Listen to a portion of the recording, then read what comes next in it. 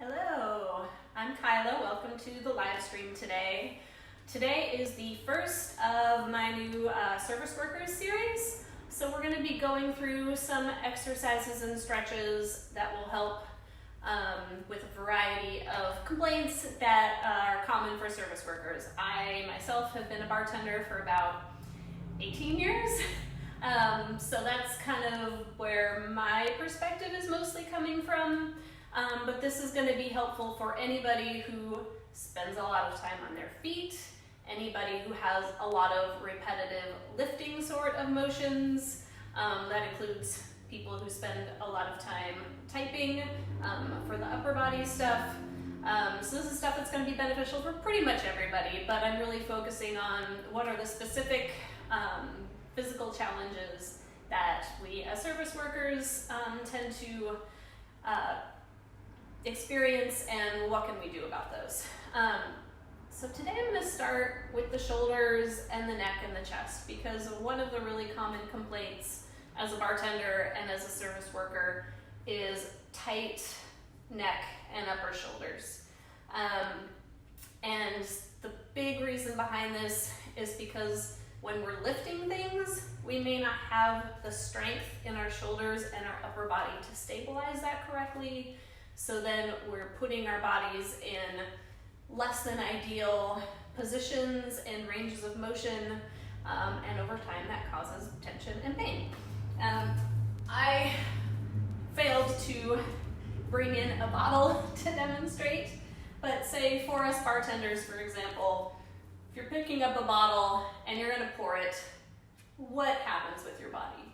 Does your upper back stay really straight and your shoulders stay stable in order to pour that bottle, or does it look more like this?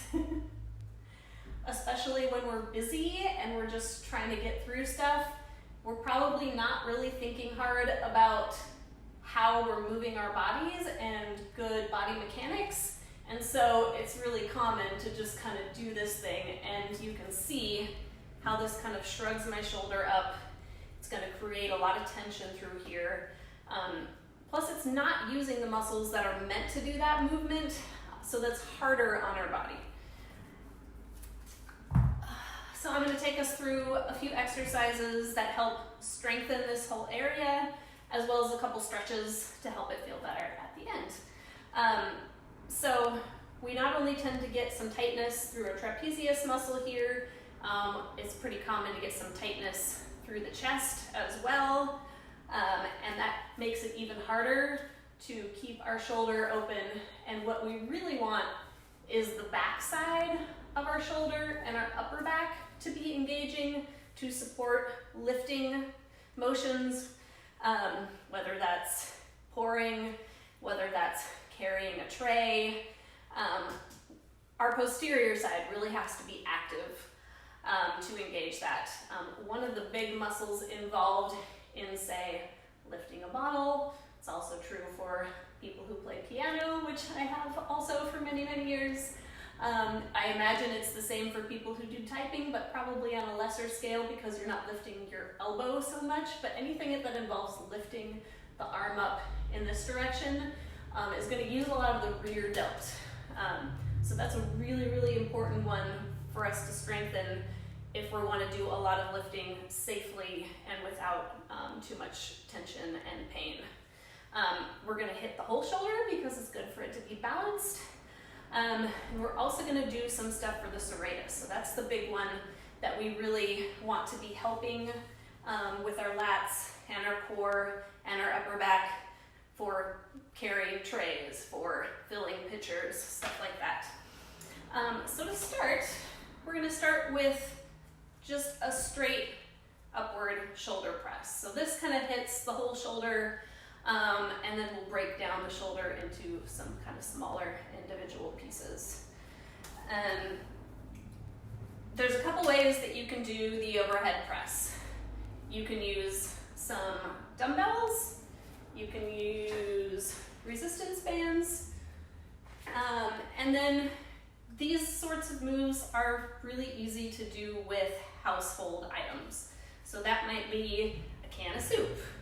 Maybe it's a couple bottles of Jameson. Maybe it's some milk jugs, you know, whatever you have around. It doesn't need to be very heavy for these moves, especially at first, unless you happen to be a particularly strong person. But when we're getting into these smaller stabilizer muscles, it generally doesn't take very much to challenge those. You can also do these, especially if you're just starting out with no weight, and just kind of imagine that you have resistance and that you're kind of pushing through taffy or something. So you can kind of create that sensation of resistance without actually having a weight. So first I'm going to demonstrate with the dumbbell, because this is going to be the same sort of basic motion as if you are using some sort of household item. I'll also show it to you with the band. So for the overhead presses, I really recommend that you start out with single arm. Also, if you say only have one dumbbell, only have one resistance band, then that's perfect. But it's good to have a good coordination of the move before you do two, and that's also a really great way to save time. But I do recommend starting out with single arm at the beginning. The first thing we want to do is make sure that we have good core engagement to stabilize our whole torso. It's really hard to get a good focus here if we're moving all over here. And I'm going to go more into core in another episode, kind of when we get into low back stuff. But for now, if you take an inhale in and blow it out forcefully through your mouth, you'll see how if I put my hand here, my low belly just kind of pulls in automatically and I don't have to do anything to make that happen. Doing a forceful exhale out through your mouth will get those deep core stabilizer muscles turned on without you having to do any extra effort. So that's a really good tool to use when you're setting up to do any weightlifting movement. You really want to make sure that your core is turned on to keep your back straight and safe and protected. So I always like to start out with a nice good inhale in, exhale out, and then you're going to press straight up. You want to press on the exhale, and then we're going to lower slowly on the inhale. The other important thing to think about here, and why it's helpful to start with only one side, is where your ribs and what your upper spine is doing. So if you put your hand on your ribs, you can help make sure that they're staying down and stable while you press straight up. What I don't want to see is this. You don't want your chest to come up and your back to arch. You really want the back of your spine to stay really long and straight, and for all of this movement to be coming through the shoulder. Good. So we're going to go for 10 of these on each side. Let's switch sides, and I'm going to show this side with a resistance band. Have your resistance band on the inside of your arm so it's not rubbing, and I'm just standing on it here, and then I'm just going to do the same thing. Exhale out, lower slowly down, keeping my ribs down, my spine really straight. I'm not letting my chest come up as I press my arm up.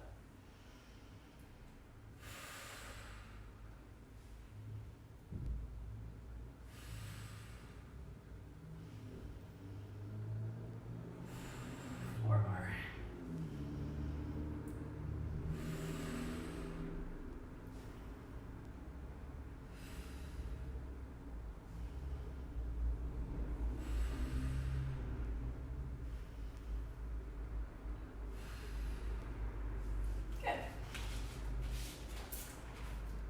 So the next exercise that I really like for stabilizing the shoulder and kind of getting into the bottom is a row. This one's a little bit trickier to do with a resistance band, but you can, and I'll show you that in a minute. But if you have a dumbbell or a jug of milk or laundry soap or whatever, that with this. So it's nice if you have a surface about knee height. So this might be a chair, a couch, a stool, whatever you have whatever surface you have available. If it's a little higher, that's okay, but you don't want to go lower than that because you don't want to be way bent over. But you're going to rest your hand on your surface. Exhale so you have that nice engaged core, and then you're going to hold your weighted item in one hand, and you're just going to let gravity kind of pull it down towards the floor. So before you start the movement, you want to pull up through your shoulder to engage, and I'm kind of pulling my shoulder blade towards the center of my back, and then I'm going to pull the weight up. And what I'm doing here, and you're going to lower slowly. So I'm trying to think about opening up through my chest and pointing my shoulder towards the ceiling, so that instead of shortening the chest muscles, we're opening. And then I'm trying to think about bringing the bottom of my shoulder blade in towards my spine. And it's less about how far up I bring the weight than it is about pulling my elbow back.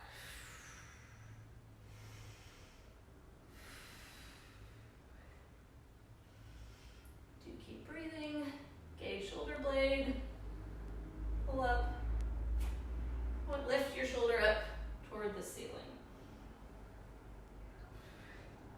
And you should really feel this all around your shoulder blade.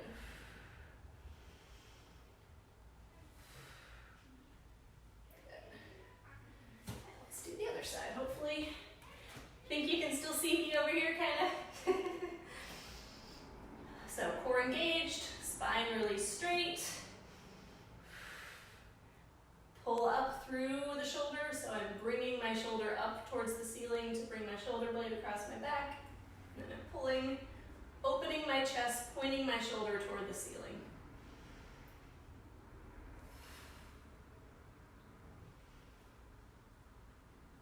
I'm trying to make the space between the bottom of my shoulder blade in the middle of my back and my spine smaller, if that makes sense.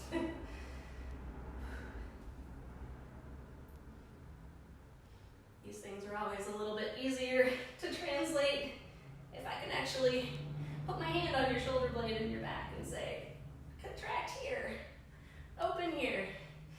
But hopefully, I can get the message across.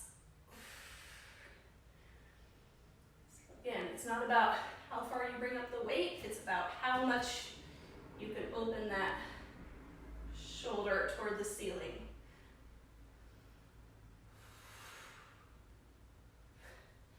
Great. So now we're going to get into the different parts of the shoulder. I like to start with the outer, and then, or the side delt, then go to the rear delt, and then do the front delt last. That's my personal preference. So again, you can do these. Oh, I was going to show you how to do a row with it. So you're just going to have to stand on it and hold it down low enough.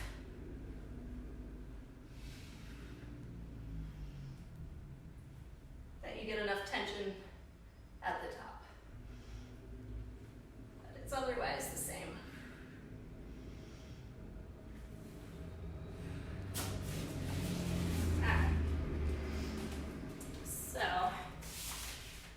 For our shoulder raises,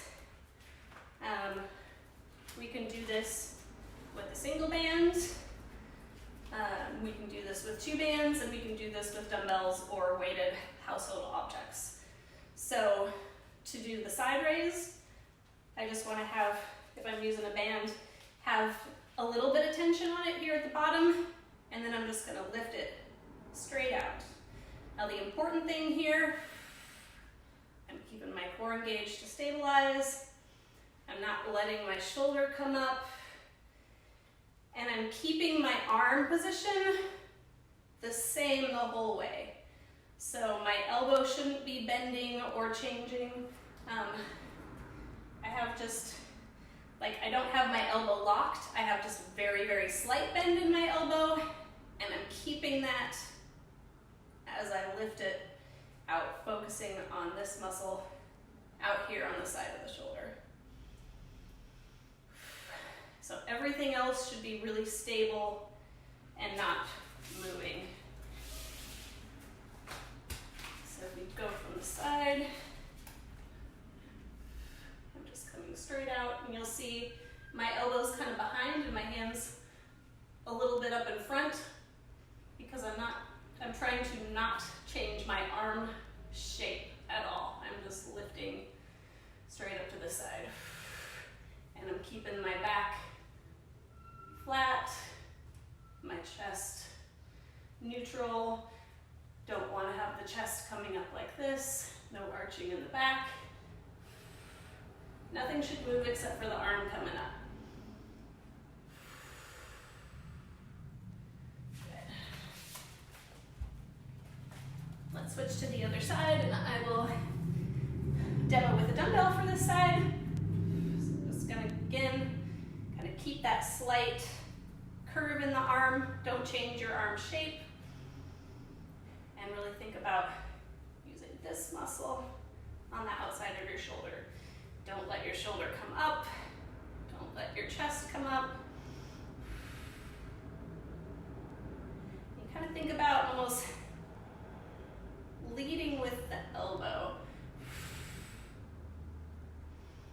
So I don't want to change it so that my hand is coming up first. I want to keep kind of the top of my elbow leading up. So 10 to 12 reps is good for this one because we're doing fairly light weights.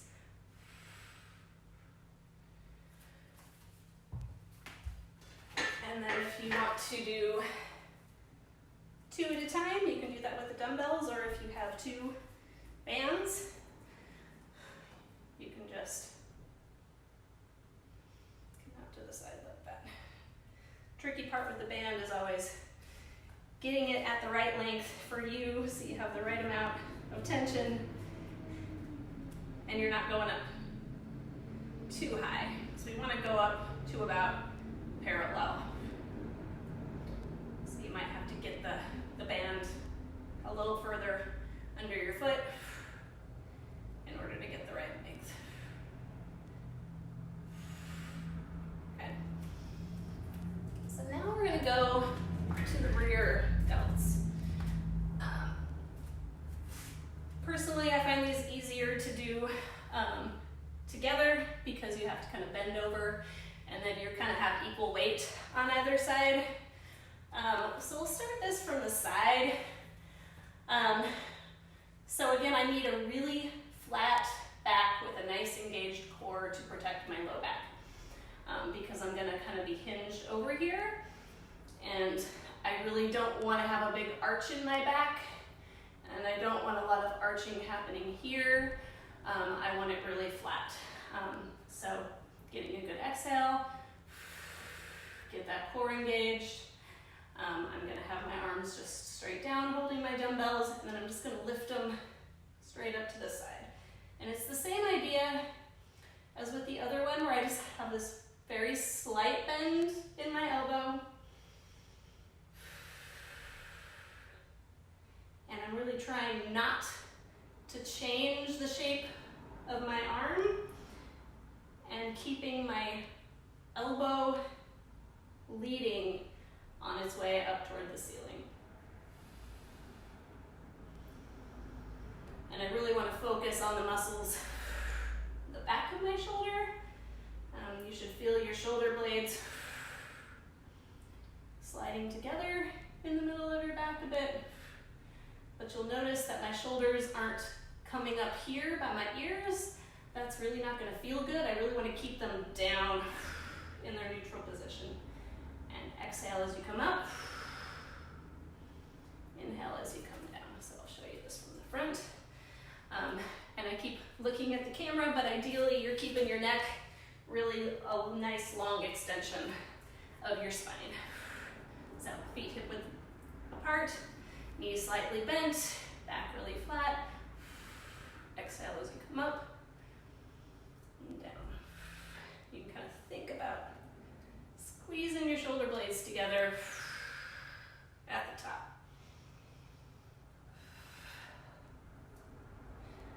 This is the one that really hits more of the rear delts, which, as I said at the beginning,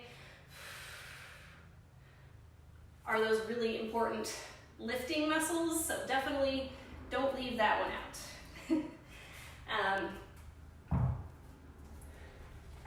And if you're doing this with bands, it's the same as the others. You gotta get it a little further under your feet because you're bent over and you're a little closer to the floor. So you have to find the right length that you need to get the right amount of tension.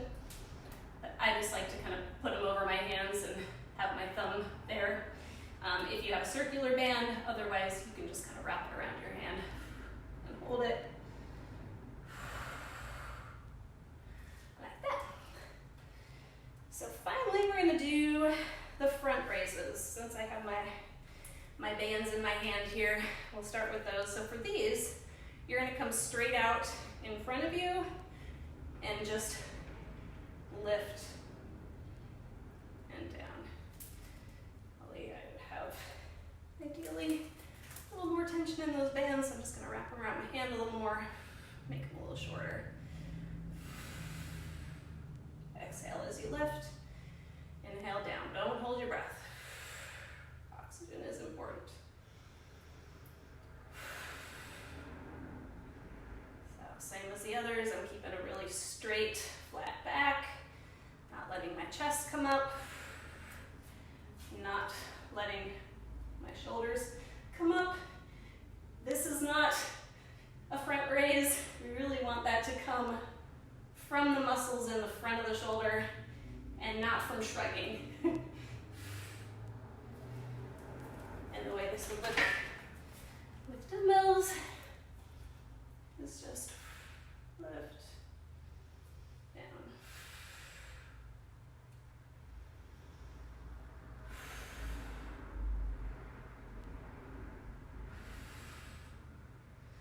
Dumbbells, balls of booze, whatever you got. Doesn't take a lot of weight for these because these are small muscles. Good. So hopefully by this point you've done 10 to 12 of each of those directions. Now we're going to go over to the wall and get into that serratus and a little more into the mid-back for all of that kind of lifting this way rather than this way. So for these, I'm going to come right up against the wall and my toes are touching the wall or just very slightly away. And I'm going to put my forehead all the way on the wall.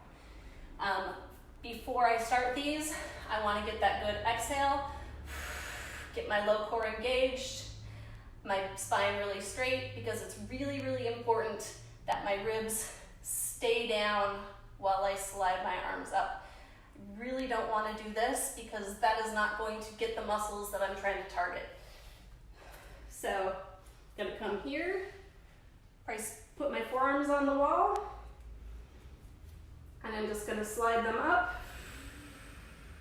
while pressing my ribs down and down.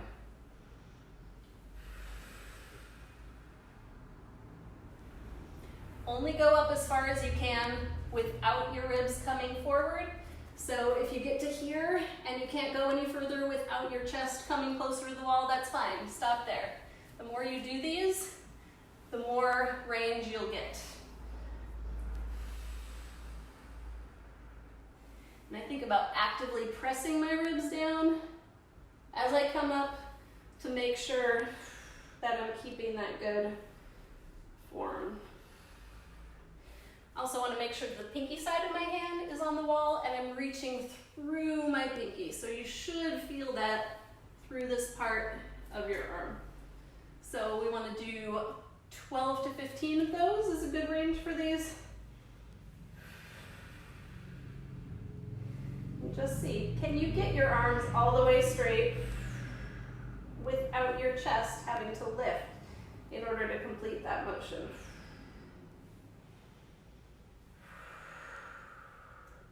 And once we finish those, we're going to stay here with the arms extended and just see if we can lift our arms off the wall just a couple inches.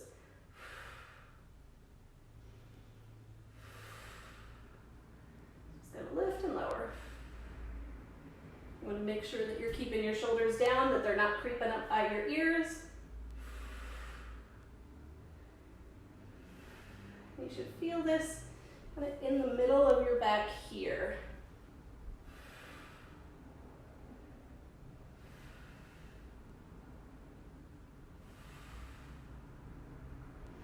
Nice.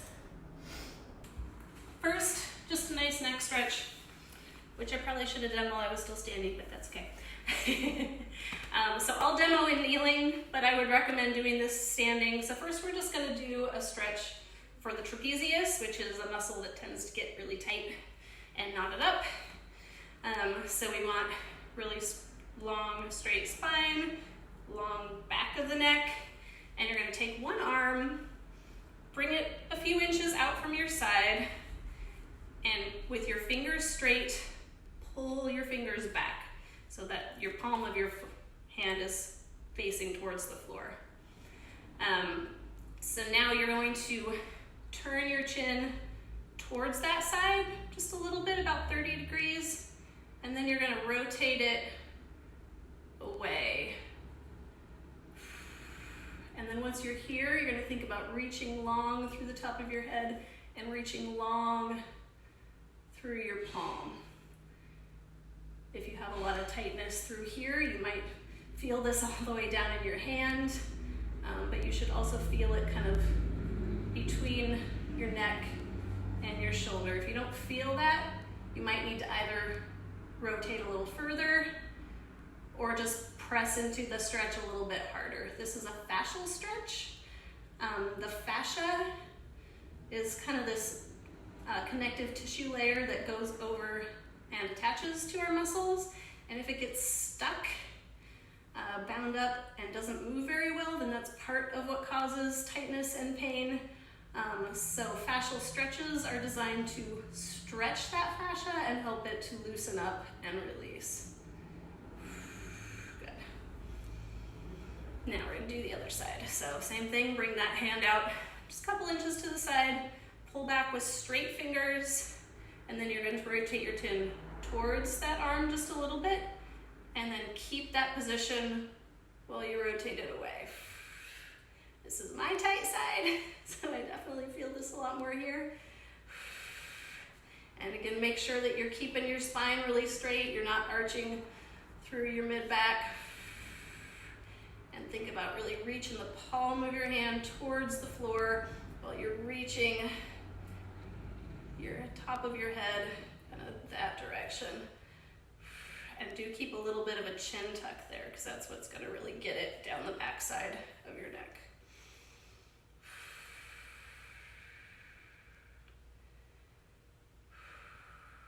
Good. All right, so now we're going to go down to the floor. So these stretches are intended to, they're fascial stretches, but they're for the spine, so they're intended to create a little bit more space in the vertebra. So these ones in particular are for the base of the neck, but they also give you a really nice stretch through the traps, through the chest, and get a lot of opening. So I found them personally really helpful for kind of helping open up the chest, balance out that tug of war that happens that tends to result in a lot of tightness and pain in our neck and upper back. So I'm going to take you through all the little pieces of this, and then we're going to put it together, because there's a few different pieces and it's a little complicated at first, but once you get it, it's super easy. So I'm going to slide forward here so you can actually see my feet.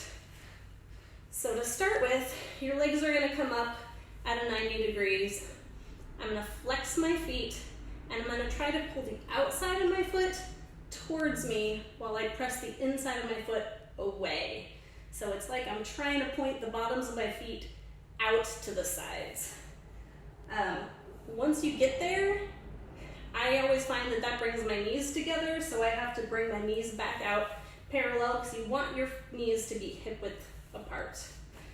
So I've got my feet everted and flexed, and my knees are hip width apart. Then for the head position, if you have hair here, this can be a good way to help you get into that position. So if you just grab and pull, you're basically trying to make the back of your neck as long as possible, and you're reaching through the top of your head above you so hard that your head comes up just like an inch off the floor. So it's not here, it's reaching long and just barely hovering off the floor. Then for the first version of this, this is called Dead Roach 1. Your arms are gonna go straight above you. You're gonna pull your fingers back and straight and rotate them out to the sides. So I'm reaching through the palms of my hands toward the ceiling. My fingers are pointed out towards the side, kind of like Spider-Man flinging his web. That's basically the shape you want to make with your hands. So we're going to put all of those pieces together. The feet, the reaching through the arms, the head just slightly lifted and reaching long, and then you're going to reach and hold this for as long as you can, up to 60 seconds. So this should be a pretty intense stretch, and you're thinking about reaching the crown of your head towards the wall behind you, while you're reaching your sacrum towards the other wall, while you're reaching through your heels and pulling your toes back and reaching through your palms. You're basically trying to reach and stretch in all those different directions pretty hard so that you feel a stretch in the fascia, and then relax. Do be mindful that you don't just let your head crash down. If you're not strong enough to control its descent down slowly, you can bring your hands there and gradually lower it down, but we're trying to be kind to this. So one of the things that I really like about these Dead Roach exercises is that this head position, in addition to creating the traction on the fascia and opening things up in a variety of directions, it helps to strengthen the muscles in the front of our neck, which are really important posture muscles. And if we're on our feet a lot, if we're doing a lot of stuff with our arms, it's really common for our heads to kind of start to shift forward, and that adds to that strain that we feel in our necks and upper backs. And so getting the muscles in the front of your neck stronger really helps to combat that. So that's a nice little bonus of these. The second version, Dead Roach 2, which is my personal favorite because I find it really gets a lot of opening through here, is exactly the same except for the arm position. So you're going to bring your arms down kind of, I don't know, if your head was 12 o'clock on a clock, we're like 7 and 4. And again, you're going to pull back your straight fingers and extend them out to the side. So I'm reaching really hard through the palm of my hand out in this direction. So we want to get our feet outside of the foot pulled up towards us, inside pulled away with feet flexed, knees hip width apart.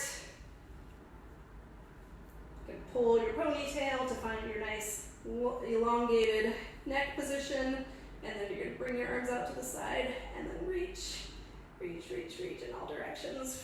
I feel this one all the way down my arms into my hands because I'm kind of tight there. But the more I do these, the more it's opened up, and it's so much better than it was when I first started these.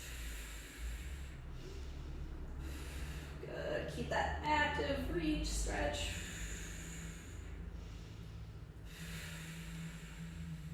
And then lower. Whew.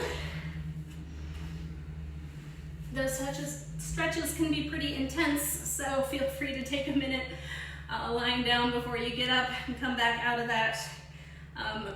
Those can be done every day.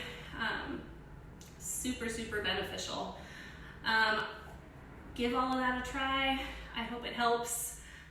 Next week I'll come back, and I think I'm going to kind of start at the top and work my way down. So I think next time we'll talk about core stability, low back, posture, how all of that affects our pain and our body function when we're spending a lot of time standing on our feet. Feel free to comment. Let me know if you have any questions. Let me know if this was helpful. Post some videos of you doing the stuff. I'd love to see that, and I hope you'll join me for the live stream tomorrow.